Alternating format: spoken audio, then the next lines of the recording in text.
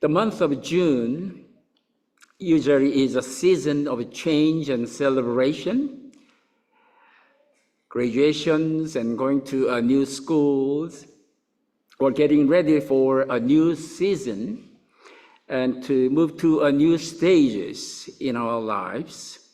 Maybe some of you are also getting ready for a new season or a new chapter in your life journey. Last Sunday, I shared my chapters of my personal and family history. Some of you may know that my father was a minister who led congregations in North Korea, Manchuria, then escaped to South, and he led congregation in Jeju Island, Busan, and Seoul. We traveled so many places. You may think then, oh, maybe Reverend Saul must be wanted to become a minister like his father. But actually, I wasn't. My sister told me a few years ago that my siblings always knew that I would become a minister, totally about which I didn't know. When I was young, I never thought about to be a minister. Actually, I want to be a lawyer. And later I thought, I want to be a medical doctor, like Albert Schweitzer. But God clearly guided me in a different direction from my early dream. At first, I really did not know why God called me to this direction, but somehow I followed God's voice. I really appreciate what God did for me, that I was able to continue my father's journey and follow the direction that God provided.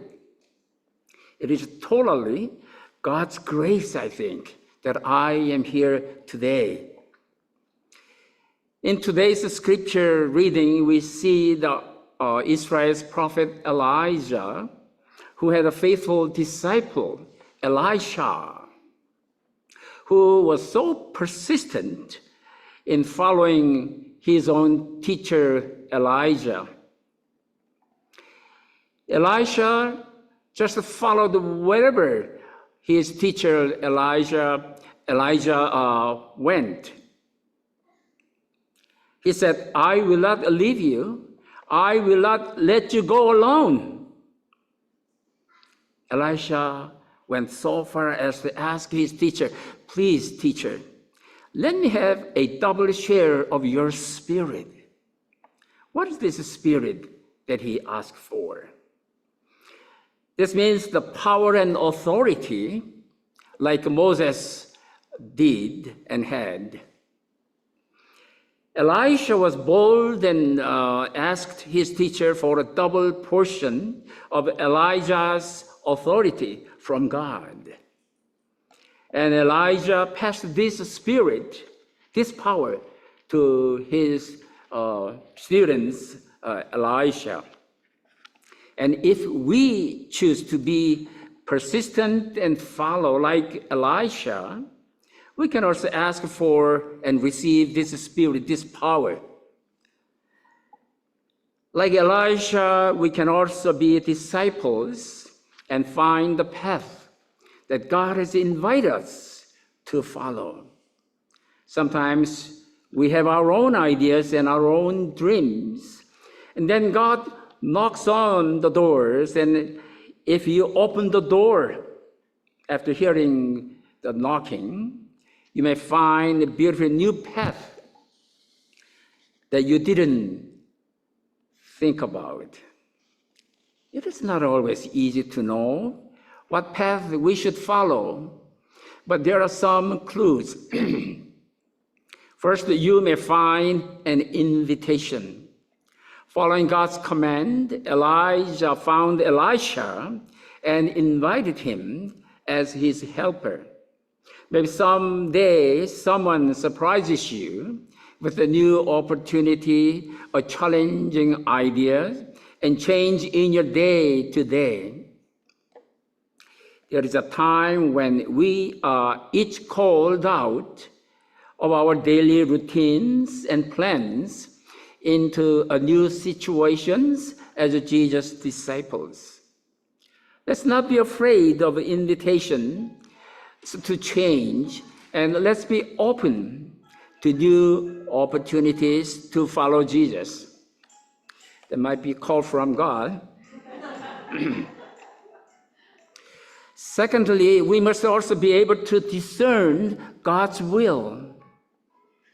We should expect to be tested, to face challenges, and to be filled with doubt and obstacles. Following Jesus is not a promise that it is always easy, but it is a promise of everlasting grace and love. The cost of this grace and love, persistence and faith in the face of challenges and tests. From Gilgal to Bethel and Jericho, even in Jordan, Elijah told Elisha 3 times, "You stay here. Don't follow me anymore. I have to go somewhere." But Elisha responded to his teacher 3 times, "I will not leave you alone. I must follow you wherever you go." Elisha had no guarantee that God would give him the same gift that his teacher Elijah received. There was a persistence. He was even brave enough to ask for a double portion of blessings from his teacher. He took a chance, he took a risk, he persisted in the face of challenges, and he was rewarded with God's grace at last. In his book, The Cost of Discipleship, Dietrich Bonhoeffer tells us that we should want to face these challenges and to take the risks for the reward of God's love. He says we should want to have costly grace, not cheap grace. Cheap grace means grace without cost. Cheap grace means grace without discipleships. And cheap grace means grace without costs. And cheap grace means grace without the living Jesus Christ in our lives. Our struggle is for costly grace. Costly grace is the gospel which must be sought again and again. Costly grace is the gift which has to be asked for, and it is the door at which one has to knock. It is costly because it calls for discipleship and because it costs our lives. It is grace because it calls us to follow Jesus Christ, and it thereby gives us a new life. Sometimes we work hard, but we are challenged in many different ways. We may sometimes be tired. We may want to give up our hope. We may be frustrated. But if we are persistent and take one more step forward, there is a huge reward for us all. We are called to receive the costly grace of God. The Spirit gives us new life. We as Christians are strong, persistent, and faithful, and filled with the power of the Spirit. Today is the last Sunday of my ministry as your minister. Thank you very much for all your faithfulness, hard work, and kindness for the last 2.5 years.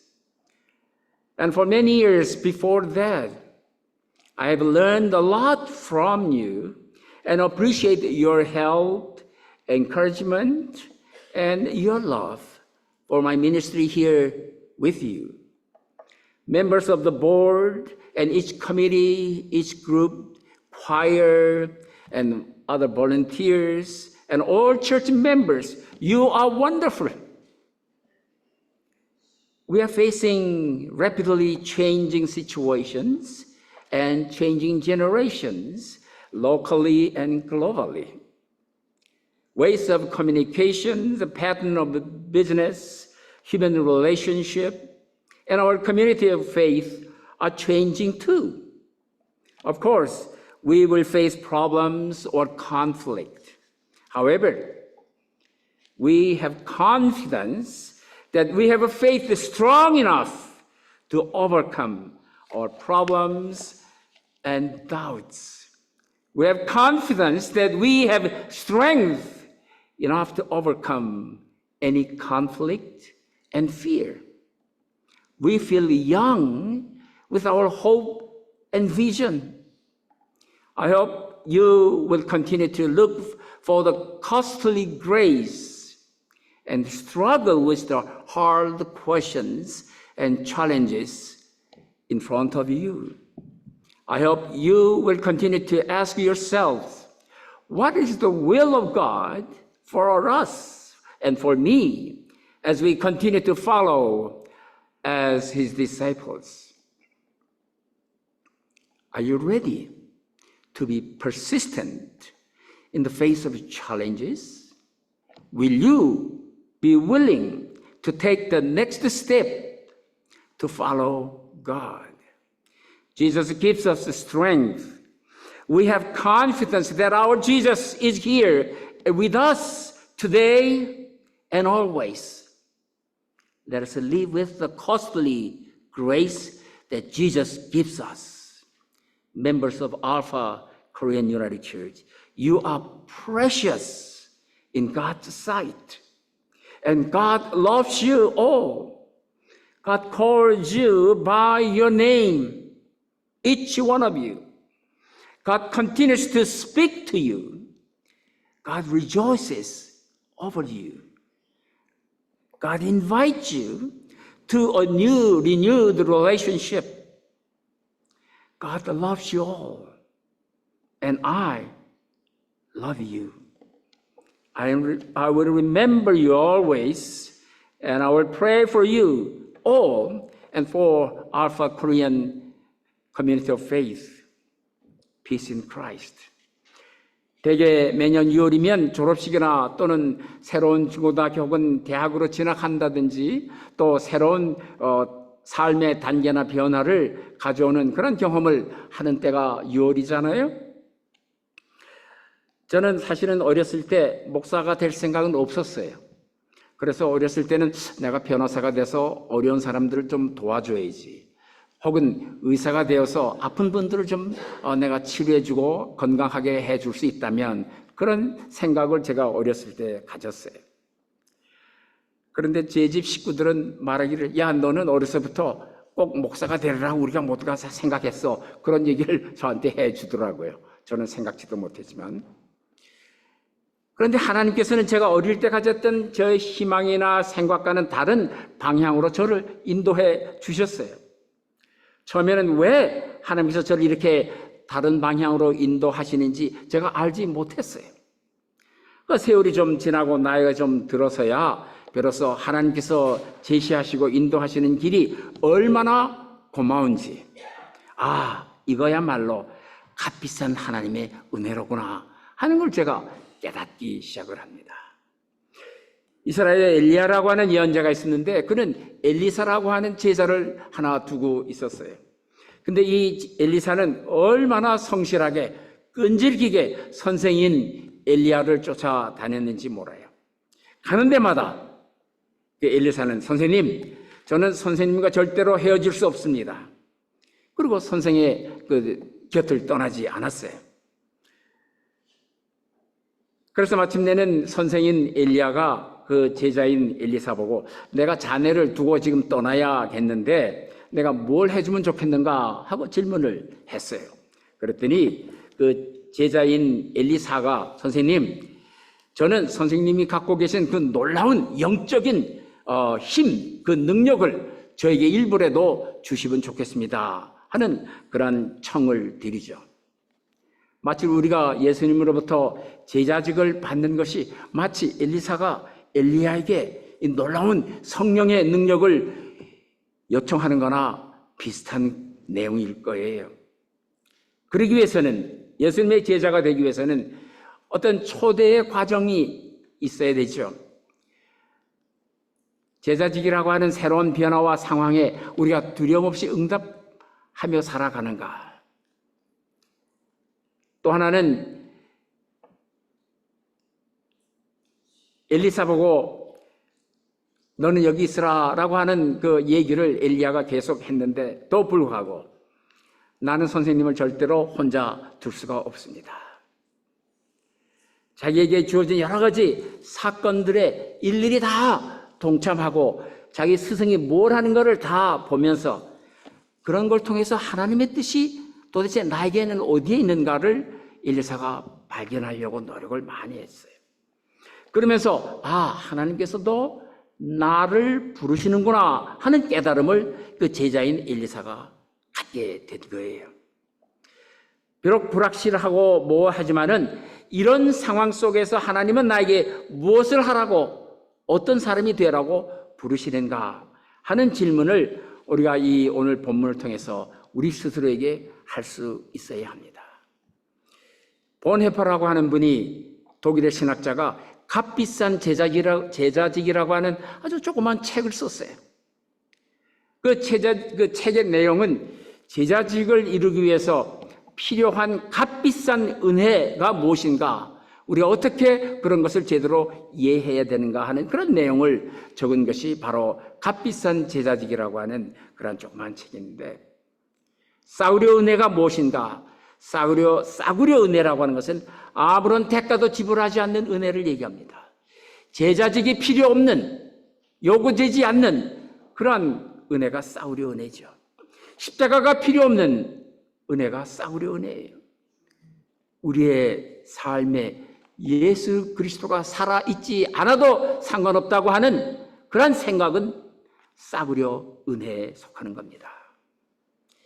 우리는 값비싼 은혜를 얻으려고 노력하지 않아요? 값비싼 은혜란 대가를 지불해야 되는 겁니다. 제자직을 요구하는 겁니다. 십자가를 필요로 하는 겁니다. 예수 그리스도가 우리 가운데 살아 계신 것이 값진 은혜입니다. 이 은혜는 제자직과 우리의 삶을 필요로 하기에 값질 수밖에 없는 거죠. 이것은 예수 그리스도를 따르라고 우리를 부르고 또한 우리에게 새로운 생명을 주시기 때문에 이거는 감당하는 은혜인 겁니다. 예수님의 부르심은 우리에게 제자직을 감당하라고 하는 부르심이죠. 여러분 매일매일 살면서 그런 예수님의 부르심을 듣고 살아가십니까? 우리는 하나님으로부터 받은 부르심을 상기할 때 우리보다 먼저 우리 곁을 떠난 분들을 잘 기억하고 있습니다. 그들은 우리에게 가치 있는 교훈들을 많이 남겼어요. 값비싼 제자직이 무엇인가를 우리들에게 가르쳐 주었어요. 우리는 그들의 이야기와 비전과 그들의 은혜를, 믿음을 우리들이 감사합니다. 크리스찬들은 성령께서 주시는 사랑과 기쁨과 평화와 인내와 친절과 선행과 진실과 온유 그리고 절제를 따라 살라고 부름을 받은 겁니다. 성령께서 새 삶을 우리들에게 주십니다. 제자들로 살아가려고 하는 여러분, 하나님의 여러분의 향한 뜻이 무엇이라고 생각하세요? 그리고 여러분의 제자로서의 역할은 과연 무엇이라고 생각합니까? 오늘은 제가 여러분의 목회자로서 목회를 감당하는 이 마지막 주일입니다. 지난 2년 반 동안 여러분이 보여주신 성실함과 열심히 노력해 주심과 친절하게 저와 함께 생활해 주신 모든 일들을 제가 진심으로 감사드립니다. 저는 그동안 여러분에게서 많은 것을 배웠어요. 여러분과 함께 목회하는 동안에 여러분이 베풀어 주신 많은 도움과 용기 주심과 베푸신 사랑을 제가 깊이 감사드립니다. 우리 교회 그 운영위원회라든지 각 위원회, 또 여러 소그룹, 또 성가대, 또 다른 많은 봉사자들, 그리고 모든 성도님들, 오늘 방문자로 혹은 처음으로 오신 여러분들을 포함해서 여러분 모두 너무 훌륭하고 너무 자랑스러워요. 제가 어디를 가든지 누구를 만나든지 이 아름다운 자랑스러운 여러분의 이야기를 계속할 겁니다. 우리의 현실은 지금 국내적으로나 세계적으로 여러 가지로 급격하게 변하는 상황과 세대 변화에 직면하고 있잖아요. 정보 교환이나 소통 관계나 각종 사업이나 기업의 양상, 그리고 인간관계와 공동체 삶, 믿음의 공동체를 포함해서 얼마나 많은 변화가 여기저기 있는지 모릅니다. 물론 그러기에 어려움과 문제와 갈등이 없는 것 아니죠. 그러나 우리는 모든 갈등이나 의심들을 극복할 수 있는 강한 믿음을 갖고 있다고 저는 확신합니다. 어떤 두려움도 이겨낼 수 있는 강한 힘과 능력을 우리 모두가 갖고 있다고 자신합니다. 우리는 희망과 비전이 있기 때문에 젊었다고 다 느껴서도 좋다고 생각합니다. 예수님께서 우리에게 힘을 주십니다. 우리 예수님께서 오늘도 그리고 언제나 우리와 함께 계심을 여러분 확신하시기 바랍니다. 예수께서 주시는 값비싼 은혜로 여러분 살아가시기를 바랍니다. 알포 한인교회 성도님들이여, 여러분 모두는 하나님 보시기에 너무도 소중한 분들이에요. 하나님은 여러분을 무척 사랑하십니다. 하나님은 여러분의 이름을 한 분 한 분의 이름을 다 기억하시고 불러주십니다. 하나님은 계속해서 여러분들과 말씀하시기를 원하십니다. 하나님은 여러분들 때문에 기뻐하세요. 하나님은 여러분과 새로운 관계를 늘 가지고 지내시기를 원하십니다. 하나님은 여러분 모두를 사랑하세요. 그리고 저도 여러분 언제나 사랑하고 또 사랑할 겁니다. 저는 항상 여러분을 기억하고 여러분과 우리 교회를 위해 항상 기도하는 것을 잊지 않을 겁니다. 여러분 모두 그리스도의 평화를 누리시기를 바랍니다. 아멘. 같이 기도하십시다. Our gracious God, we receive the costly grace and love from you. Thank you for this wonderful gift that we receive from you.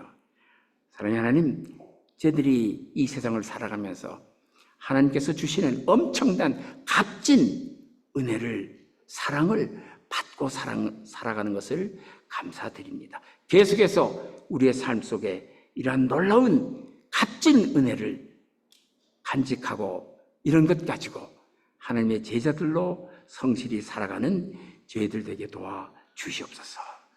이러한 기도를 우리 주 예수 그리스도의 이름으로 간절히 기도드리옵나이다. 아멘.